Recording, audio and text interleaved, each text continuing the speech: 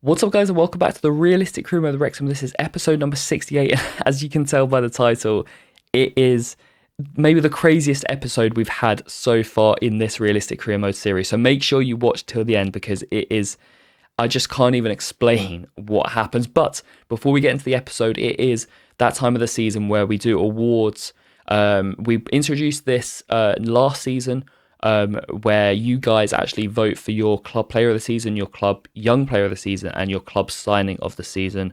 I actually loved this suggestion from you guys last season. So yeah, we're going to continue this basically every season now on every career mode we do. So I want you guys to vote on player of the season, young player of the season, and signing of the season. As you can see, the nominees come across the screen now.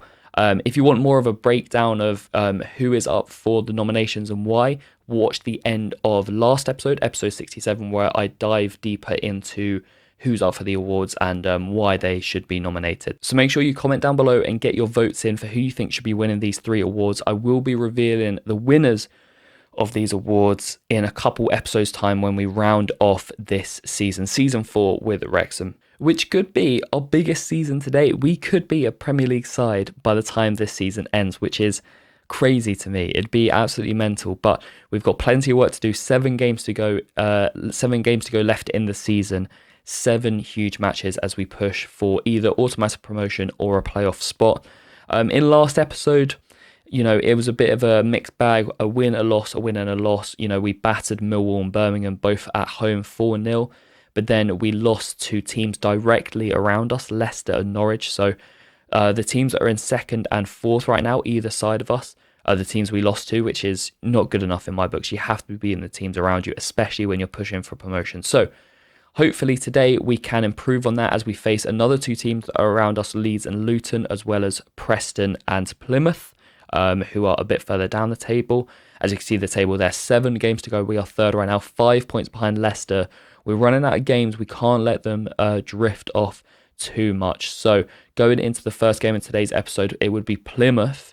And for me, we just have to go out there. We have to win the game at all costs. I'm kind of at the stage now where the points are more important than the performances. And as you can see here, we're playing a Plymouth side who they're not going to get relegated. They're not going to get promoted. They don't really have much to play for. And sometimes those teams are the harder ones to read because there's a weight lifted off their shoulders because they're not playing for anything anymore. They don't have a desire or a drive. And as you can see by their form, they've actually won 3 of their last 4 games, which is better form than we've been in. So going into this one, I was very aware that despite us beating them 1-0 away back in November, this wasn't going to be an easy match up at all. Changes at both fullback positions. In come Mendy and Milner for Kwanzaa and Regier. Josh Owers pushed to centre back. Jacob Mendy going in at left back. And there wouldn't be too many highlights. Lowry with a couple of shots in the first half, and then it would be Alex Lowry who would go up for a header and have a difficult landing, and he stayed down. And well, Vata and Chambers already out for the season, and now it looks like Lowry, who has been fantastic since coming in for Vata, it looks like he's picked up an injury as well, which is just not what we need. We do not have the squad depth, we do not have the strength, and I cannot deal with any more injuries. Well, 85 minutes on the clock. It would go from bad to worse, guys. Paul Mullin slides in for a tackle, and he stays down as well. I mean, how is your luck? We haven't had any injuries all season. Are we about to see 4 players out have their seasons ended early? Well, Mullin would stay up. He would be on his feet, and in injury time, he would win a penalty. The Plymouth defender came sliding in. Lewis Gibson, I don't know what he was doing. He slides in on Paul Mullin, who had 2 men to his right. And in injury time, Paul Mullin has the chance to give us a crucial 3 points. Come on, Paul. Yes! Come on! It's bittersweet because knowing the Vata injuries and the Chambers injuries, I feel like, this could be Paul's last involvement this season. I really hate to say it, and I hope it's just like a 5-dayer. But for me, I have that feeling that this might be Paul's last contribution in a Wrexham shirt this season. And I mean, what a contribution it is, winning a penalty and then converting it to give us all 3 points in a must-win game. Every game is a must-win now to going into the end of the season. Paul Mullin grabs his 22nd goal of the season, putting him level with Sunderland's Mayenda, and that would practically be the last kick of the game. The ref just allows kickoff and nothing more. So a 1-0 win, a scrappy game, not filled with highlights at all, but we do get the victory. Sam Johnston with his 8th clean sheet of the season, Lowry and Mullin with the injuries, and now we wait to see how bad those injuries are. We've already lost Chambers, we've already lost Vatter. Are we going to lose 2 more key players in this team? Funnily enough, just like Vatter, Mullin scored after being injured. Vatter did it where he picked up the ball and scored after having his toe broken, apparently. But as we see the emails here, it is the worst things possible. Alex Lowry dislocated shoulder, out for 2 months. Paul Mullin, broken toe, out for 3 months. So 3 players have now suffered broken toes in the last month, and we've lost 4 key players going into the run into the end of the season. And I could deal with losing Alex Lowry, but Paul Mullin, for me, he's the one that he has not missed a game apart from like being rotated. He has not missed a game through injury. And now as we see the stats, Johnston now on 8 clean sheets, which puts him 3rd.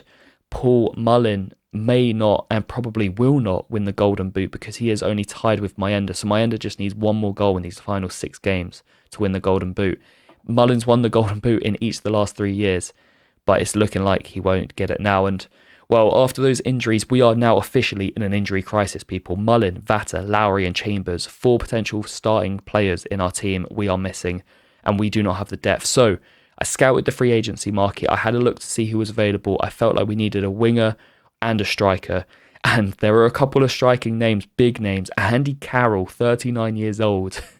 I thought, no, we're better than that. And then I saw this man, 37-year-old Pierre-Emerick Aubameyang, once of Marseille, Dortmund, Arsenal, Chelsea. He is a bags man, and yes, he's 37 years old, 71 rated, but he is a goal scorer.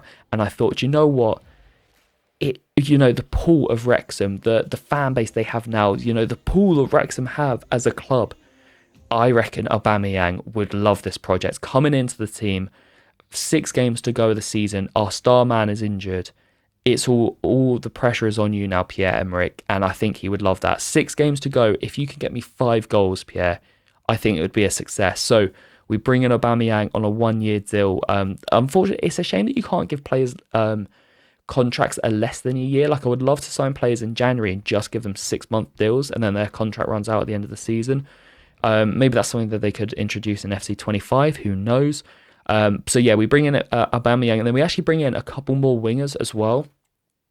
Firstly, we bring in Keshi Anderson, who has been around the block. He had bags of EFL experience for the likes of Crystal Palace, Doncaster, Bolton, Northampton, Swindon, Blackpool, and Birmingham. No idea on his rating or what wage to offer him, but we're in an emergency situation, and so we brought him in. I think he was 69 rated in the end. But I just need experienced heads to replace the players that we've lost, the key players we've lost. And then we brought in the third player we brought in off the free agency market was Lewis Dobbin. Could play across the whole attacking line, former Everton winger, only 24 years old still and 70 rated. We had to give him a 2-year deal. He didn't want to sign a 1-year deal. But this actually could be a little bit of a shrewd pickup because he looks like he could be a decent rotation player at 70 rated. Still only 24, so plenty of room to grow as well.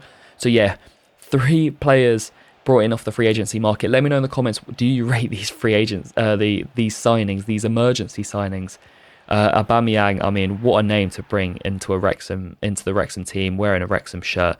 You just love to see it. Well, going into the second game of the episode, it would be Preston away at Deepdale, and Aubameyang and Anderson would be starting straight into the team. Regier back in the lineup as well as left back, and Aubameyang would grab a debut goal. Anderson and Aubameyang both had early shots, and already I was like, oh, okay, do you know what? These boys, they might be feeling it. And yes, Preston went 1-0 up through Freuchier. I think it was a Danish striker. But Anderson plays it to Divine into Pierre-Emerick Aubameyang, and he grabs a debut goal. And what a finish it is as well from the Gabon international into the far corner.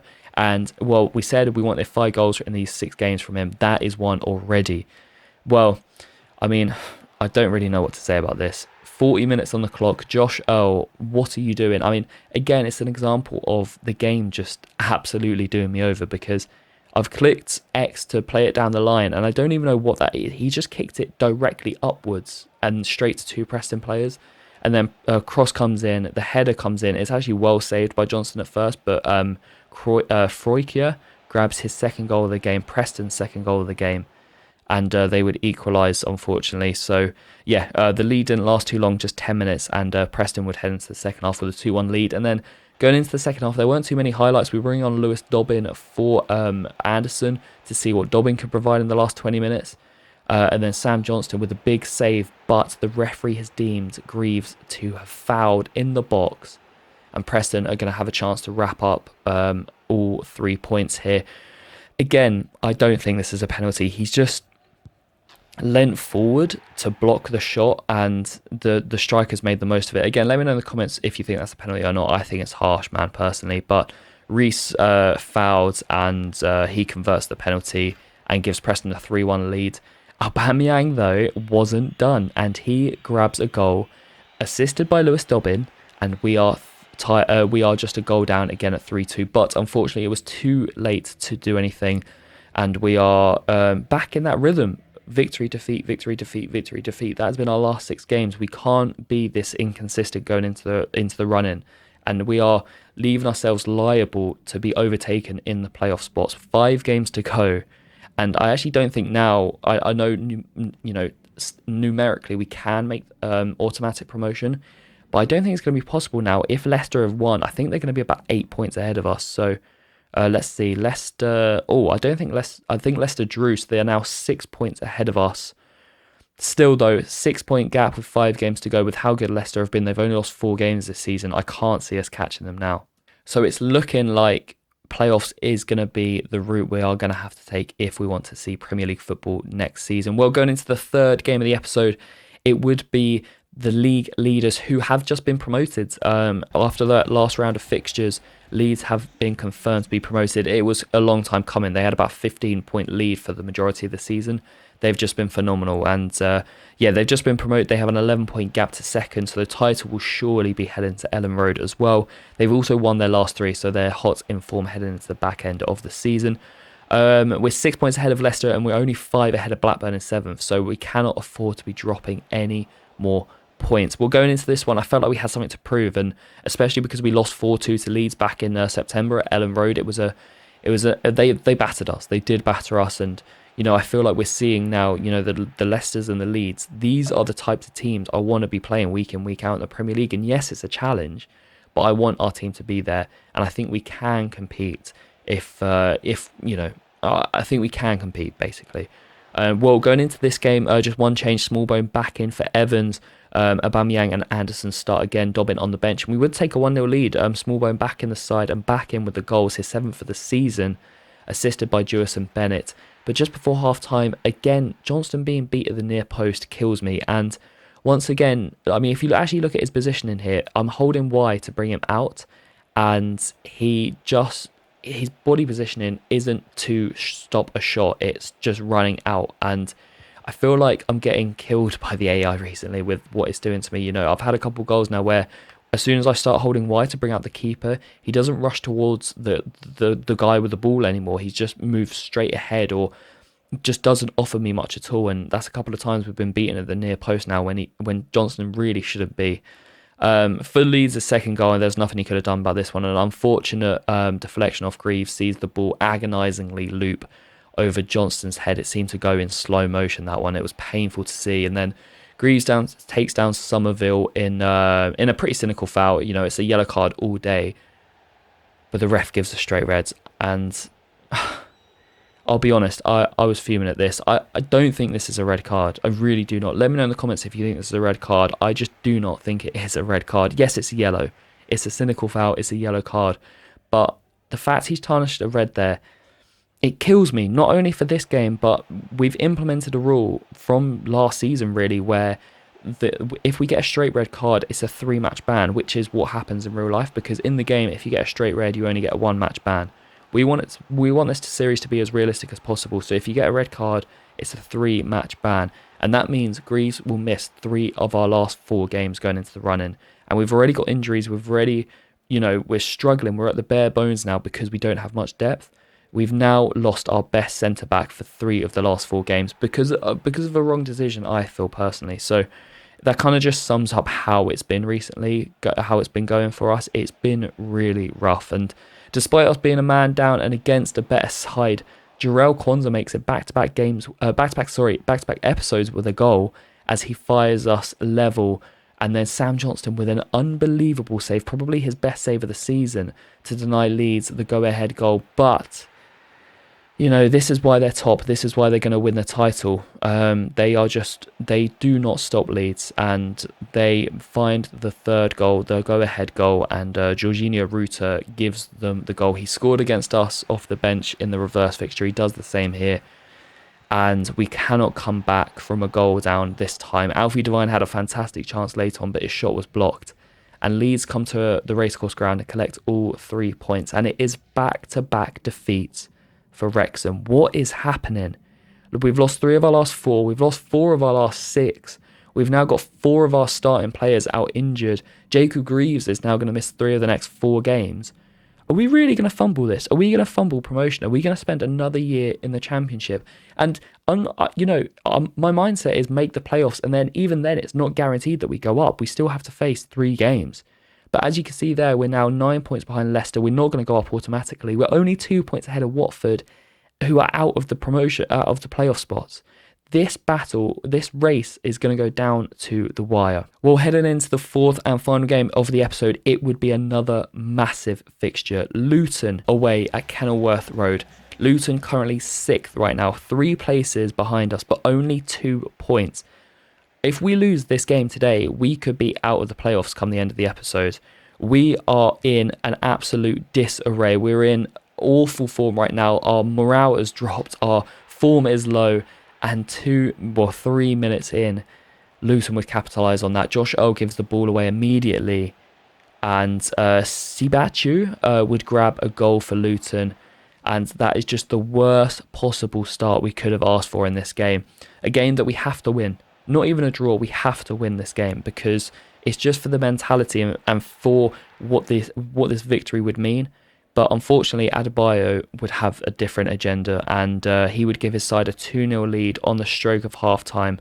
And we head into the break 2-0 down. And once again, I'm just frustrated by pressing Y, bringing Sam Johnston out, because he didn't go towards Adebayo. He just completely opened up the net and presented an open goal.